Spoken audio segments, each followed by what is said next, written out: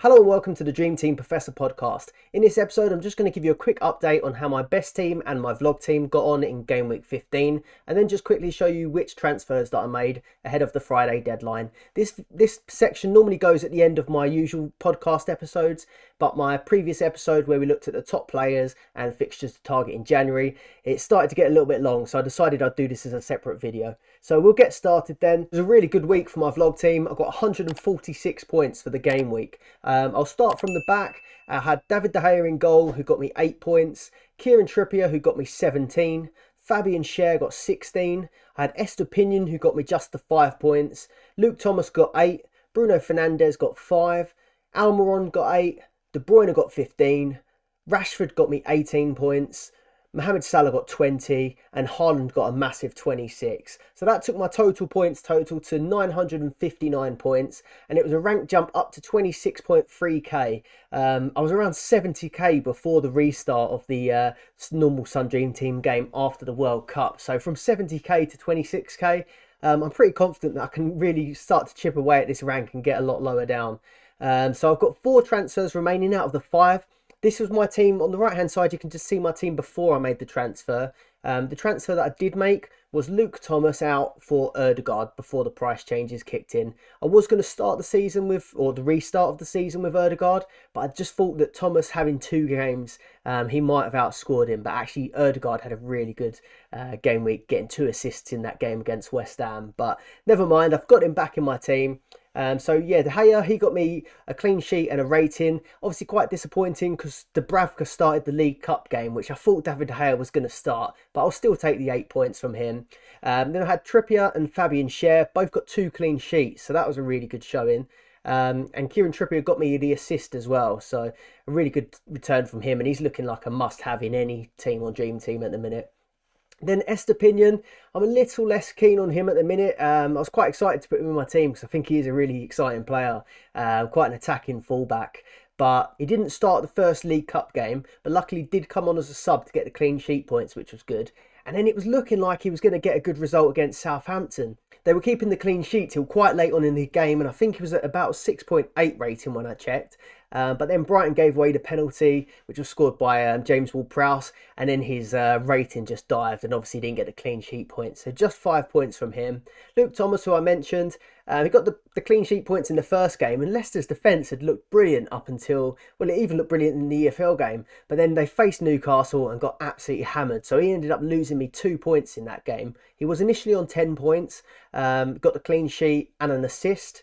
But yeah, I think I'm going to move him out now because, yeah, Leicester just didn't look quite at it at the minute, and they face Liverpool tonight. Then Bruno Fernandes in the middle, so just the 5 points from him. He's been a little bit disappointing. I really thought that Burnley game and the Forest game were going to be a good opportunity for him to maybe get some attacking returns. He got a rating in both of the games, but he did get a yellow card in that EFL Cup game, which sees him miss the next EFL Cup game as well, which is a bit annoying. But yeah, he's chipping away, getting all those ratings. I think he's second place now for the most 7 ratings so far, but it's just not enough for his price point. He needs to be getting goals and assists, so hopefully he can get a penalty or start putting away some chances, maybe get a couple of assists. But I'm going to stick with him for the next couple of games, but yeah, I might lose patience with him eventually. And I've got Almiron, so he blanked in the first game coming back in the EFL Cup, but then in the second game he scored a brilliant goal, so 8 points for him, and he's someone that I'm going to stick with in my team. I think he was, before the price rise, I think he was just 3.3 million, so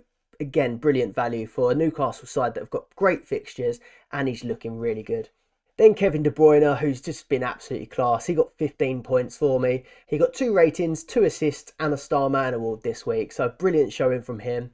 And then on to Rashford as well. So Rashford got 18 points. So again, another good haul for me.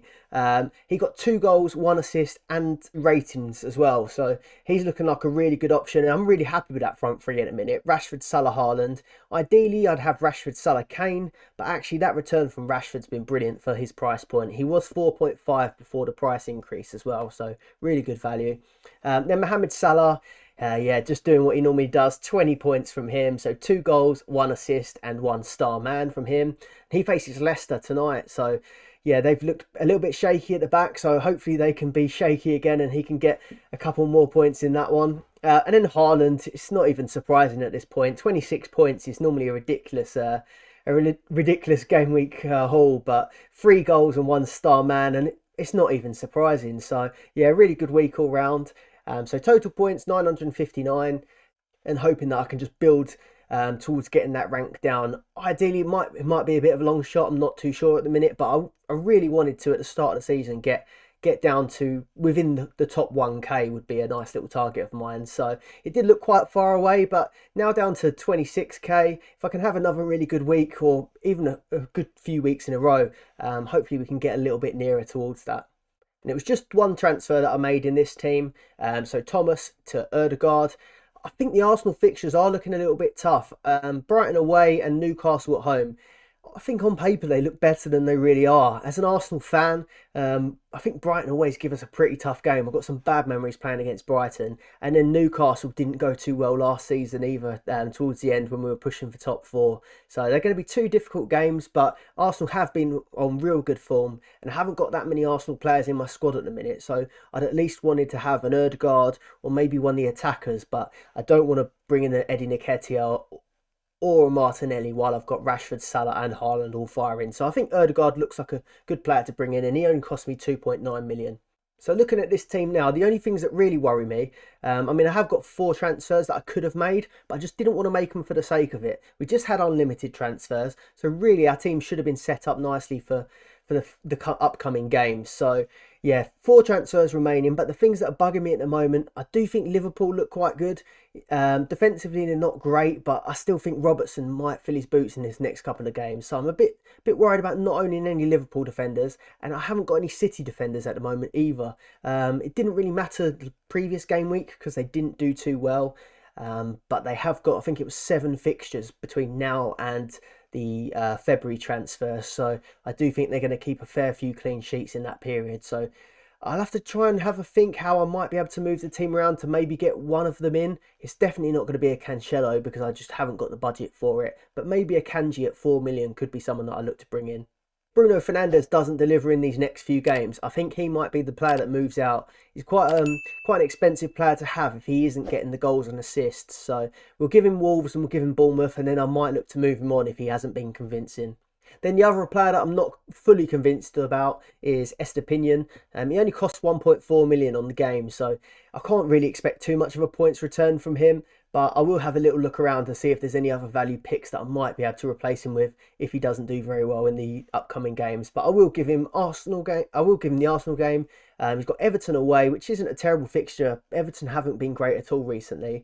And then they've got Middlesbrough as well in the cup. So maybe in the cup game he gets rotated, but if he comes on, he could still get the clean sheet point. So I think I'd be willing to at least give him 3 more games. But after those 3 games, the next game for him in game week 18 would be Liverpool. So depending on how that Brighton defence is looking, that might be the game that I get him out for. Then moving on to my best team. So it's really fairly similar to my previous side actually. The only difference with this team is I had a much bigger budget to work with. So I went for Cancelo at the back, in place of Fabian Schär from Newcastle, which actually this week didn't work out that great. So Cancelo actually didn't start either of the 2 Man City fixtures, which was quite disappointing. But nevertheless, this game week I got 130 points for this team. So not as many as my other vlog team, but actually 130 points. I'm still well chuffed with that. So back to front, got De Gea in goal, Cancelo, Estepinian, Trippier, De Bruyne, Fernandes, Almiron. Now I've moved in Ødegaard in place for Luke Thomas. I had him as well in this team, and I've done the same transfer. And then I've got Haaland, Salah and Rashford. So it is fairly similar, but I don't want to change these 2 just for the sake of it. This team's up to 987 points in total, and the rank for this team is now at 12.5k. So I've probably got a bit more chance of getting this one nearer the 1k mark. And I've got a lot more budget in this team too. So the team value for this one is 60.1 million, and I've got 0.2 in the bank. So I have got quite a big budget for this team. And obviously you can see I've got Cancelo, De Bruyne and Haaland. I've got Salah, I've got Fernandes, Rashford and Trippier, all quite expensive players. So I will have a bit more freedom to change things around. As I mentioned, Cancelo is the only player that's different from that previous team that I have got. And he was really disappointing in those last 2 games. So yeah, two blanks and a minus 0.3 million price change, which was quite annoying. But like I said, they've got about 7 fixtures, I think it is, from now until we get our February transfers. and there's some really good games in there for them. They do play a few tough ones. I think they've got Chelsea twice, and I think they might play Manchester United as well. But that City defence is usually fairly solid, and Cancelo's usually the player, or the only player really, that seems quite nailed in that City defence. So it is quite strange that he didn't play the last two, but hopefully they're just giving him a bit of extra rest after the World Cup, and he'll be back in the team ready for Everton and that double against Chelsea. Even though this team has got a much bigger value at 60 million, or around the 60 million mark, I have still got Estepinian in this team, so I could downgrade a few people and potentially make it a little bit more balanced. I think again it would maybe be Bruno Fernandes that would be the full guy in that, and then I could even look to maybe get a Kanji and do the double up, or try and find a way to get a Liverpool defender in there. The only other thing that I want to keep an eye on as well is that obviously Haaland, Salah, Rashford, Kane has got some really good fixtures coming up soon, so I do want to keep my options open as maybe getting a pathway to get Kane in that front three as well. Having Kane, Salah, Haaland, it's really hard on your budget, but it really could deliver the points when they've got these good games coming up with this team as well. So I have got 4 out of 5 transfers remaining again, and I do think it's set up quite nicely. You've got Man City are playing Everton at home, Chelsea away. I've got De Gea in goal, who's got Wolves and Bournemouth, which are good fixtures. We mentioned Estepinian, fairly difficult games, Arsenal at home, Everton away, but Newcastle's fixtures look great. They've got Leeds and then Arsenal away. And then Salah, Leicester, whose defence was terrible in the last game. Then they face Brentford, and obviously Rashford as well has got Wolves and Bournemouth. So some really good fixtures there for this team. So I'm happy to leave it lined up as it is. And then I think I'm just going to look to use those 4 transfers nearer the next deadline just to set the team up for January.